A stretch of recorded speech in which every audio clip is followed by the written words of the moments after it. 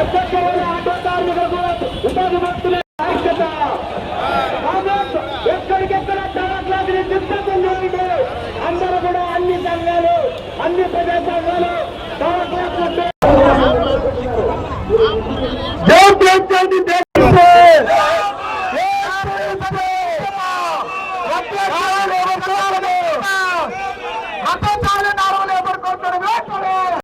ఉపాధి హామీ చట్టాన్ని పరిరక్షణ చేయాలని, అదేవిధంగా కర్షకులకు కనీసమైనటువంటి గిట్టుబాటు మద్దతు ధర కల్పించాలని, అదేవిధంగా మహిళలకు సామాజిక భద్రతతో పాటు తన పని చేసే చోట భద్రత కల్పించాలని, అదేవిధంగా మతతత్వ కార్పొరేట్ శక్తులకు వ్యతిరేకంగా ఈరోజు సమ్మె చేస్తున్నాం.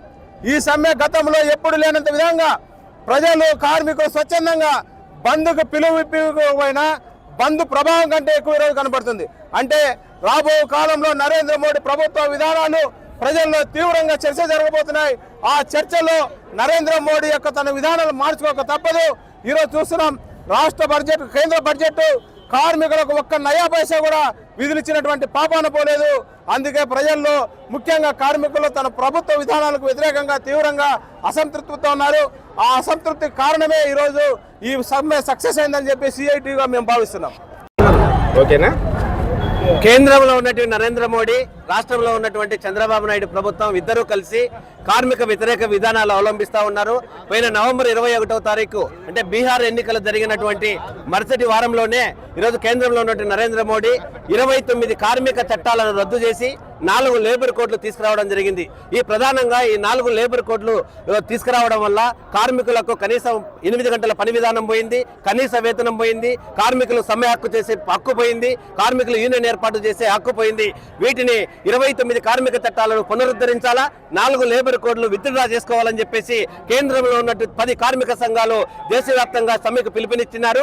వాటిలో భాగంగానే సిఐటియు నగర కమిటీ ఆధ్వర్యంలో పెద్ద ఎత్తున ఈ సమ్మెను ఈరోజు ఇక్కడ నిర్వహిస్తా ఉన్నాం. ప్రధానంగా ఈరోజు అవుట్ సోర్సింగ్ కార్మికులు, కాంట్రాక్ట్ కార్మికులు, ఆశా వర్కర్లు, అంగన్వాడీ వర్కర్లు, విఓఏలు, ఆర్పీలు, ఈరోజు ప్రభుత్వంలో పనిచేస్తున్నటువంటి ఎవరికి కూడా కనీస వేతనం అమలు కావడం లేదు.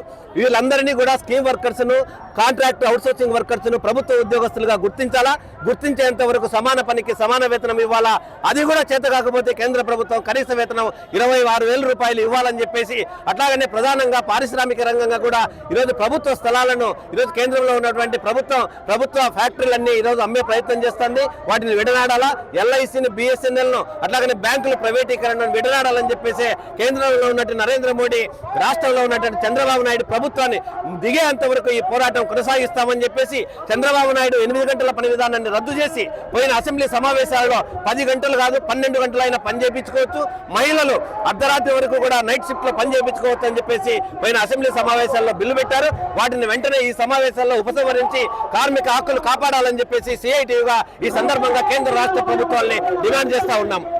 ఈరోజు దేశవ్యాప్తంగా ఏఐటీయూసీ ఇతర కార్మిక సంఘాల ఆధ్వర్యంలో దేశవ్యాప్తంగా సార్వత్రిక సమ్మె జరుగుతూ ఉంది. అనంతపురంలో కూడా వేలాది మంది కార్మికులు, ఉద్యోగులు ఈ సమ్మెలో పాల్గొంటా ఉన్నారు.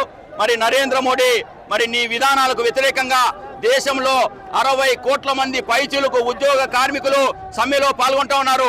నువ్వు ఏదైతే ప్రైవేటీకరణ విధానం తీసుకొని రావాలనుకుంటున్నావో దానికి వ్యతిరేకంగా ఈ సమ్మె జరుగుతా ఉంది. నువ్వేదైతే కార్మిక చట్టాలు రద్దు చేసి 4 లేబర్ కోడ్లు తీసుకొచ్చావో దానికి వ్యతిరేకంగా ఈ రోజు ఈ సమ్మె జరుగుతోంది. నువ్వేదైతే కనీస వేతనాలు 26,000 రూపాయలు ఇవ్వమని అనేక పార్లమెంటరీ కమిటీ నిర్ణయించినా కూడా ఇవ్వకుండా తాస్కారం చేస్తున్నావో దానికి వ్యతిరేకంగా ఈ రోజు సమ్మె జరుగుతోంది.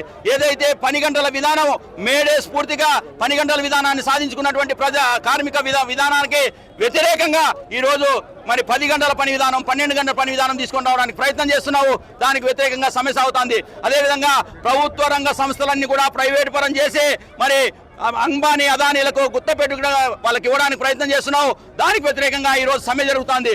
ఈ సమ్మెకైనా బుద్ధి తెచ్చుకొని దేశంలో ఉన్నటువంటి జనాభాలో సగభాగం పైచులకు ఈ రోజు రోడ్ల మీదకి వచ్చారు.